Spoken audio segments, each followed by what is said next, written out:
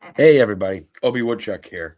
I just wanted to share with you how easy it is, or at least it was for me, to get my CCW, my concealed carry permit in California, of all places. So, shortly after the Irina Zarutska murder on the bus by that insane, crazy man who had been arrested dozens of times and let back out by deranged judges, um, and a, and just a deranged system altogether. If you think about it, we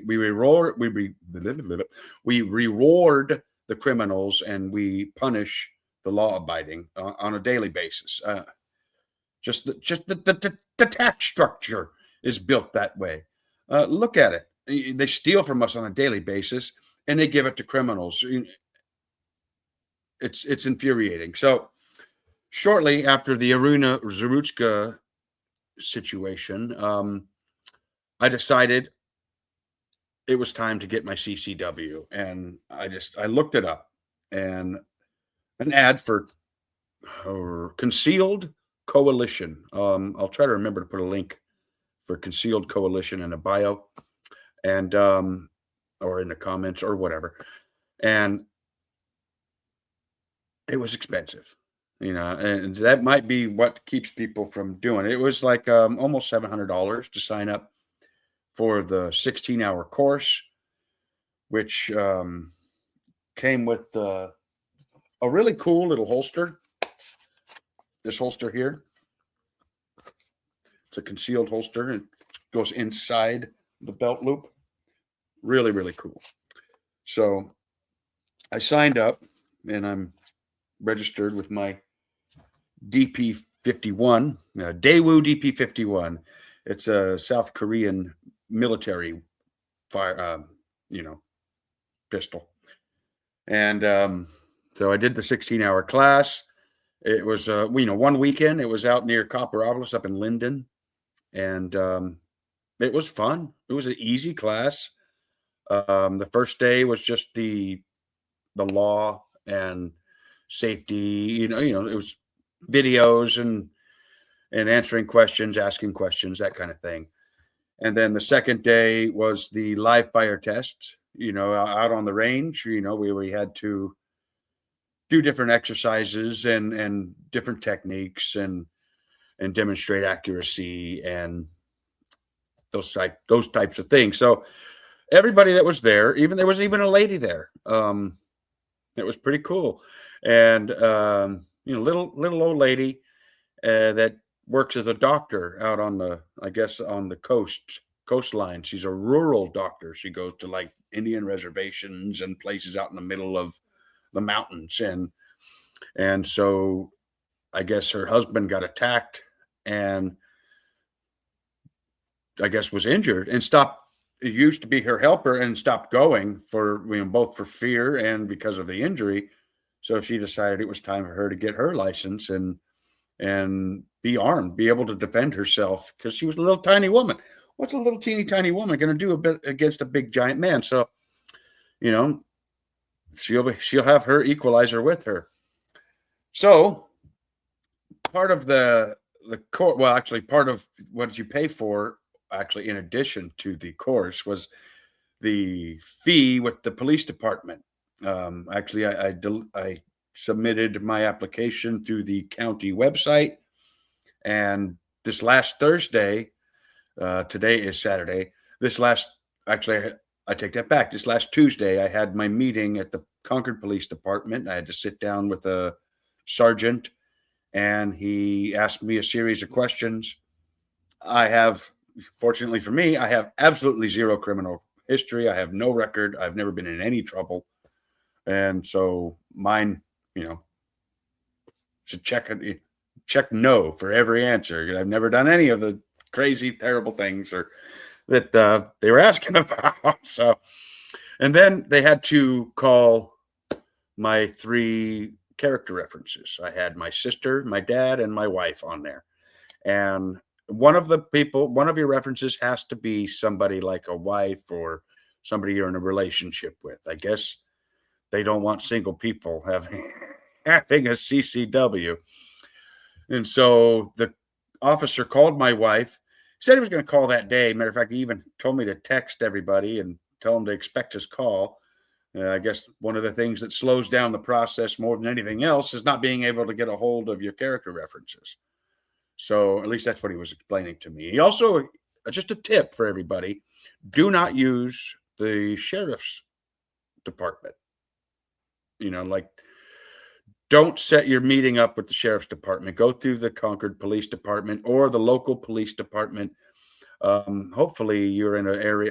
I think Concord's a pretty liberal area, and they acted like it was no big deal. When they called my wife, my wife told me one of the questions he asked was, if you were out on a date with your husband and trouble ensued, what would your husband's reaction be?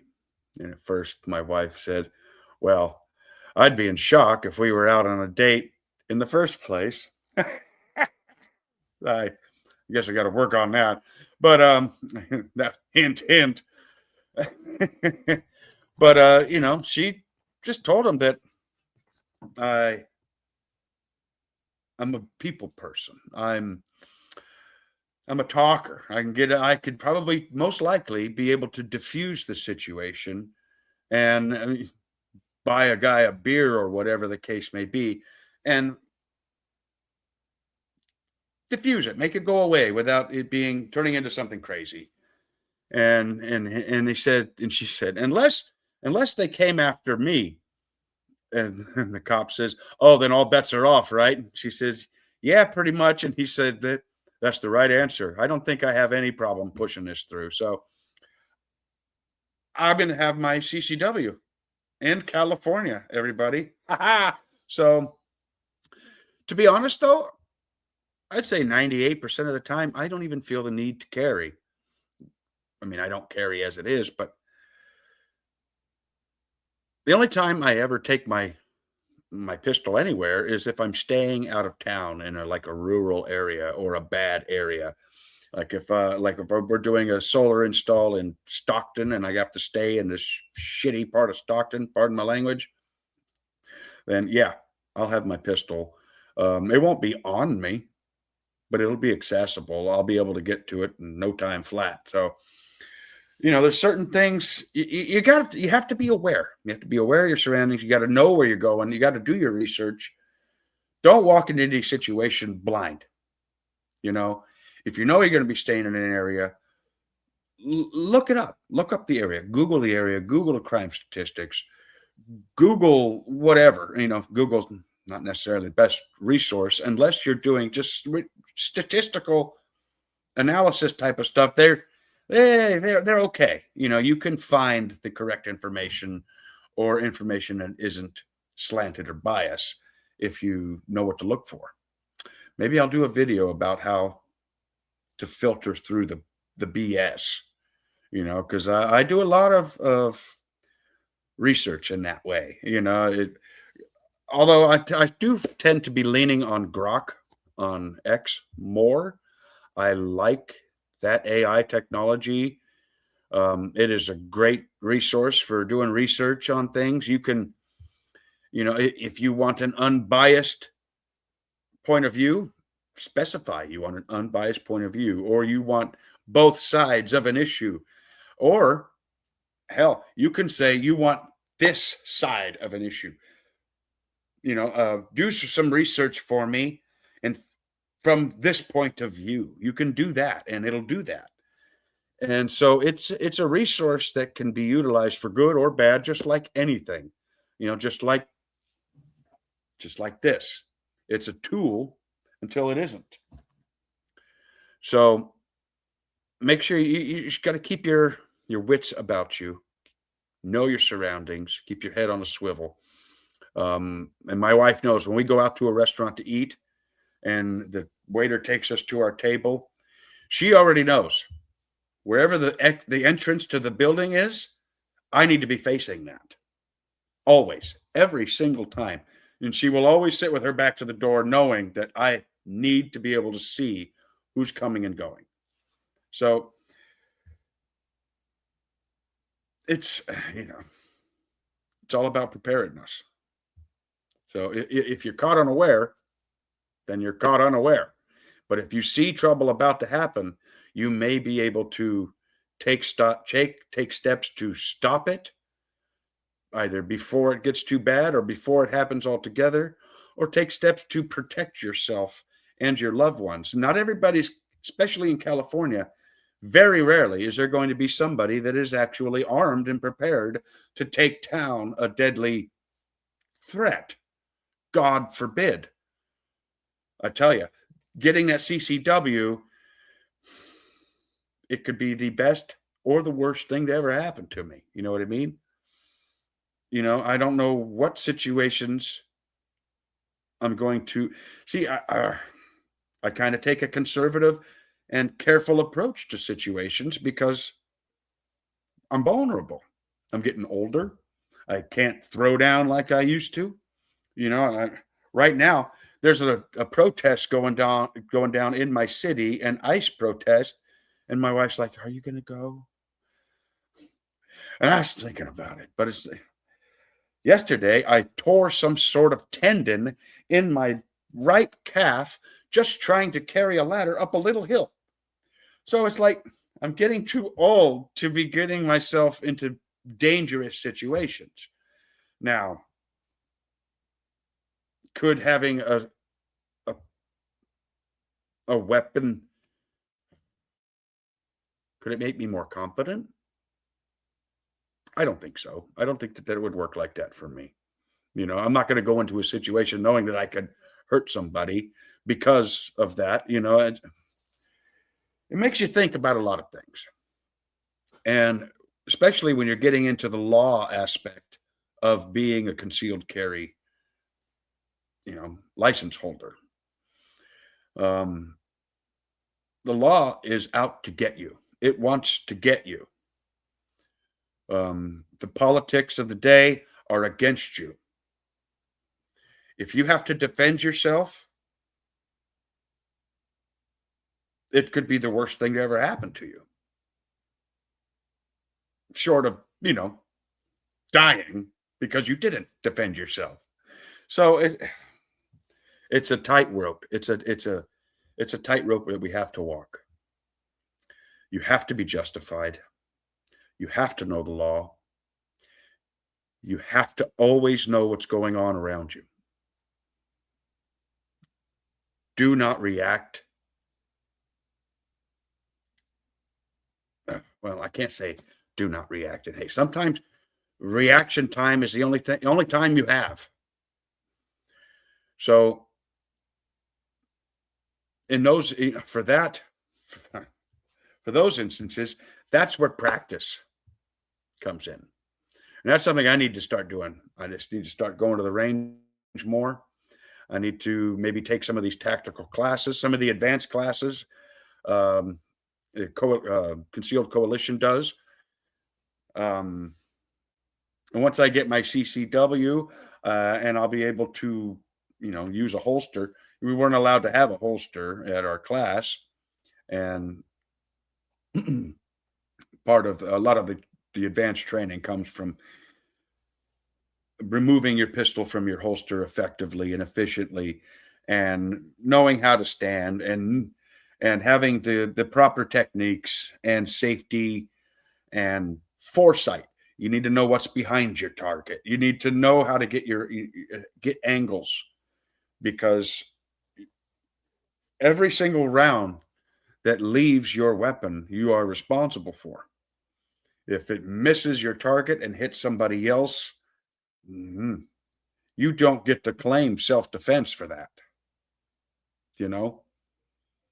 That is a mistake that will end your freedom for the rest of your life, or most likely. I mean, this is America, and it should. If you through neglect or incompetence end somebody's life, it should cost you yours. There are such things as accidents. and we see them all the time, like if a car goes sliding down an icy road and it's out of control and somebody steps out and gets killed from a car sliding sideways into him, that person doesn't get charged with a murder because it wasn't murder. It was an accident. And usually they get to walk away. These things happen. It's a force, an act of God, force of nature. So I guess the moral of the story is know your surroundings, be proactive, but also remember, if you draw your weapon, you are taking your own life in your hands at that moment. So be ready. That's all I got to say. That's all I have to say. Be ready. It's going to change your life terribly, potentially terribly. So yeah, just be careful. Get it though. We all need to be armed, and we all need to see if we were all armed, half the stuff that we have to worry about wouldn't be happening. An armed society is a polite society, and that's all there is to it. And I don't care what anybody has to say about that. You can point to any country you want. When the people in power are armed and the little people aren't, it's unjust for the little people almost every single time. So everybody, stock up, buy your ammo, buy your weapons now before, while we still have a Republican in office, and make sure that you're ready to defend yourself. Times are getting scary. Times are getting tough. And you cannot rely on the police when mere moments will make the difference. So it is up to you to protect yourself. And that's all there is to it. So grow a pair, be a man, buy a gun, learn to use it, be responsible, take the classes, get the CCW, and we'll keep America great. All right, everybody. Talk to you later. Mwah. Bye.